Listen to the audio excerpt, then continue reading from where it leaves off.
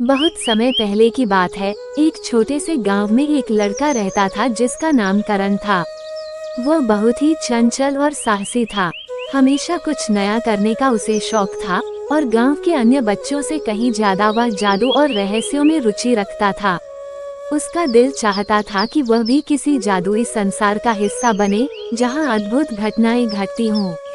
गांव के पास एक गहरी और सुनसान झील थी।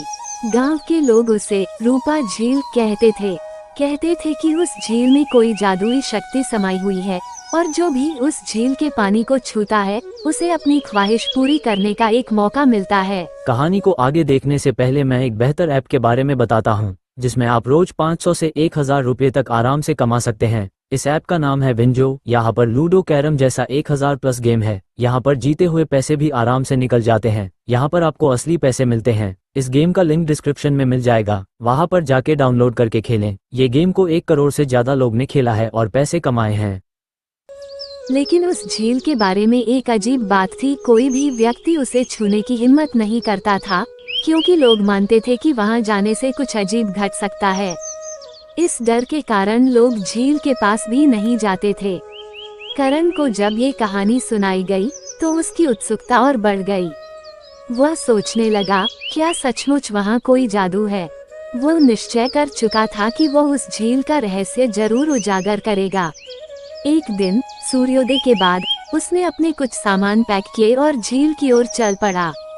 वो घंटों चलने के बाद झील के किनारे पहुंचा। वहां का दृश्य बहुत ही शांत और रहस्यमय था। पानी बिल्कुल शांत था और आकाश में हल्की धूप छाई हुई थी। करण ने झील के पास जाकर एक गहरी सांस ली और धीरे धीरे उसने झील के पानी में अपनी उंगली डुबो दी। अचानक पानी में हलचल मचने लगी और एक हल्की सी चमक उभरी। क्या ये सच में जादुई है? करण ने सोचा और झील में पूरी तरह से हाथ डाल दिया। अचानक पानी से एक मधुर आवाज आई, तुमने मुझे जगाया है, अब मैं तुम्हारी ख्वाहिश पूरी करूंगी, लेकिन ध्यान रखना, जादू का असर हमेशा स्थायी नहीं होता। करण हैरान था, लेकिन उसने हिम्मत जुटाई और पूछा, मेरे दिल में एक ख्वाहिश है, मैं एक साहसी और महान योद्धा बनना चाहता हूँ। क्या तुम मेरी यह ख्वाहिश पूरी कर सकती हो? झील का पानी फिर से चमकने लगा और अचानक करण के शरीर में एक अजीब सी ऊर्जा महसूस होने लगी। उसकी आंखों में एक चमक आ गई और उसके हाथों में शक्ति का एहसास होने लगा। वो अब पहले से कहीं ज्यादा मजबूत और तेज हो चुका था। झील से आवाज आई, तुम अब उस शक्ति के मालिक हो जिसे तुमने मांगा था, पर याद रखना, जब तक तुम इसका सही इस्तेमाल नहीं करोगे, ये शक्ति तुम्हारी मदद नहीं करेगी। करण को अब ये समझ में आ गया कि वो सिर्फ अपनी इच्छाओं को पूरा करने के लिए नहीं, बल्कि अपनी शक्ति का सही उपयोग करने के लिए यहाँ आया था। उसने झील को धन्यवाद दिया और घर लौटने का निर्णय लिया। घर लौटते समय रास्ते में उसने देखा कि एक बुरा आदमी गांव की ओर बढ़ रहा था, जो वहां के लोगों को डराने धमकाने के लिए आया था। गांव वाले उसकी बुरी नजरों से डरे हुए थे।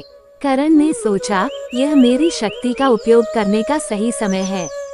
उसने अपनी नई शक्ति का इस्तेमाल किया और उस बुरे आदमी का सामना किया। उसके साहस और ताकत से वह आदमी भाग खड़ा हुआ। गांव वाले बहुत खुश हुए और करण को उनके नायक के रूप में सम्मानित किया। करण ने सीखा कि जादू की शक्ति का इस्तेमाल केवल अपनी भलाई के लिए नहीं, बल्कि दूसरों की मदद करने के लिए करना चाहिए। वो अब अपने गांव का रक्षक बन चुका था और लोगों को हमेशा सिखाता था कि सच्ची ताकत अंदर से आती है, न कि किसी जादू से।